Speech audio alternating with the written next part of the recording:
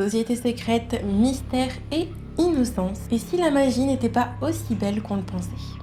Cette saison, parmi les animes, on a enfin l'incroyable Atelier des sorciers qui est sorti. C'est une adaptation que j'attendais de fou parce que je suis fan du manga et que je savais que si le studio d'animation se donnait à fond, ça pouvait être incroyablement beau et trop bien à redécouvrir. Et pour être honnête, ils ont clairement surpassé mes attentes. Que ce soit en termes d'animation, d'OST, des dessins ou même encore de la mise en scène, franchement, ils ont géré. Et franchement, s'ils ont repoussé l'anime pour nous donner une qualité aussi incroyable, c'est ok, repoussez tous les animes que vous voulez en fait. Pour revenir dans le contexte et nous rafraîchir la mémoire, Coco, c'est une petite fille qui rêve d'être magicienne. Sauf que c'est un monde où seuls ceux qui naissent avec de la magie peuvent devenir sorciers. Un jour, elle fait sa chipie et elle espionne un magicien en train de lancer un sort, quelque chose d'interdit. Et ce jour-là, elle découvre que la magie se dessine et qu'elle est donc à la portée de tout le monde. Elle teste plusieurs sorts jusqu'à ce qu'elle utilise celui qui transformera sa mère en statue. Et ce que j'avais aimé dans le manga, et qu'on retrouve super bien dans l'anime bien évidemment, c'est le contraste entre l'innocence de Coco, son amour pour la magie, et le fait que ce qu'elle a toujours voulu lui soit donné au moment où elle perd tout. Et du coup, il y a une sorte de tension, de relation amour-haine entre ce nouveau monde qu'elle attendait tellement, mais qui en même temps arrive au pire moment. Elle est émerveillée et elle nous le transmet, et c'est pareil pour ses émotions négatives, elle nous les transmet aussi, car elle n'arrive pas du tout à se détacher de ce qui s'est passé ce soir-là. Surtout qu'on voit qu'elle utilise ce que sa mère lui a enseigné pour pratiquer la magie, ce qui fait qu'elle se sent encore plus coupable. Et c'est une des raisons de pourquoi elle laisse Agathe lui parler comme ça, parce qu'elle pense tout simplement le mériter et que Agathe a raison. Elle se sait incompétente, inutile, car elle n'a pas grandi dans ce monde comme les autres filles de l'atelier. Donc, dans l'épisode 4, quand Tetia lui lance un regard lourd de sens, en fait ça fait mal. D'ailleurs, juste pour revenir sur les expressions du visage, c'est incroyablement bien fait. Des fois, il y a juste des petits changements et c'est super perceptible, on comprend ce que le personnage peut ressentir en tout cas, surtout avec Kifri, pour le coup on le voit beaucoup avec lui. Et j'ai oublié de parler des contrastes, parce que j'ai adoré comment ils ont mis en scène le fait que on voit toute l'innocence, tout l'émerveillement que Coco a envers ce monde, et en même temps on découvre une partie très obscure en fait. Et c'est super bien amené, genre les OST, les plans de lumière et tout, enfin bref, j'ai adoré comment ils ont fait ça. Et j'avoue que j'ai vraiment eu l'impression de redécouvrir l'histoire sous un autre angle. Ça a permis de mettre beaucoup plus en avant les émotions, les doutes des personnages, et en fait ça nous permet de les comprendre un peu mieux. Ça apporte un mélange entre la tension et la légèreté qui tiraille Coco littéralement. Surtout que l'histoire nous met des contrastes forts en avant, comme la confrérie du capuchon qui complote, et les sorciers gentils qui essayent de les attraper, entre guillemets. Et plus on avance dans le récit, et plus on se rend compte qu'en fait les personnages sont pas si blancs que ça. Et j'avoue que ce que j'avais particulièrement aimé en lisant le manga, c'est le fait que les personnages sont gris. Aucun n'est complètement bon ni mauvais. Et ça donne une dimension beaucoup plus réelle aux différentes décisions et à l'histoire des personnages. Bon, même si j'avoue qu'Agathe, qui a failli tuer Coco avec le test, là c'était un peu trop, mais bon.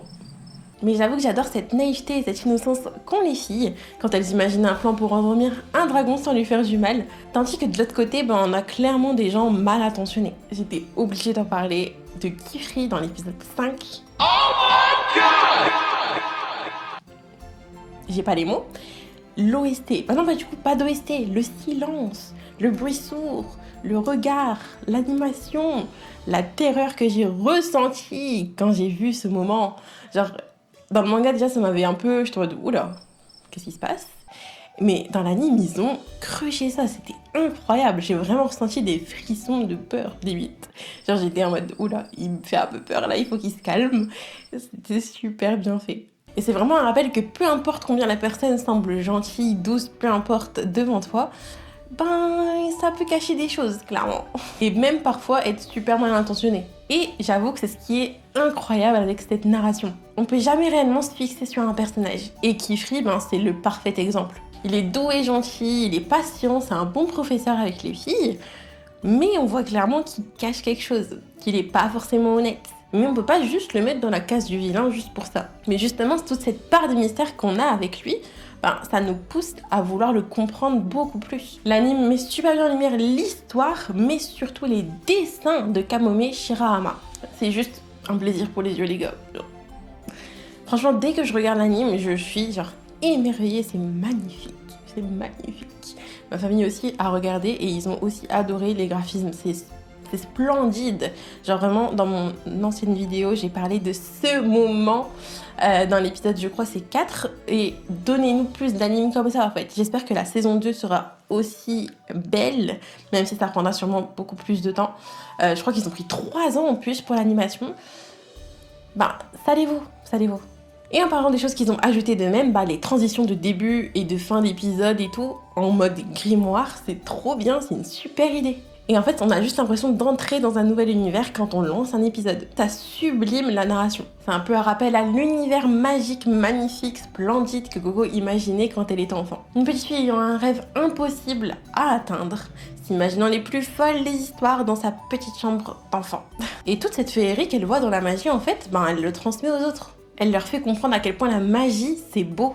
Ce que eux ne voyaient pas du tout de la même façon. Et on peut le voir dans la scène avec Olugyo quand elle lui parle des pavés qui s'illuminent. Elle leur donne juste un point de vue complètement extérieur qu'ils n'ont pas forcément l'habitude de voir. Ce qui leur permet d'observer, de comprendre à quel point la magie rend heureux les autres. Car comme le dit Kifri, tous les sorts dangereux ont été bannis.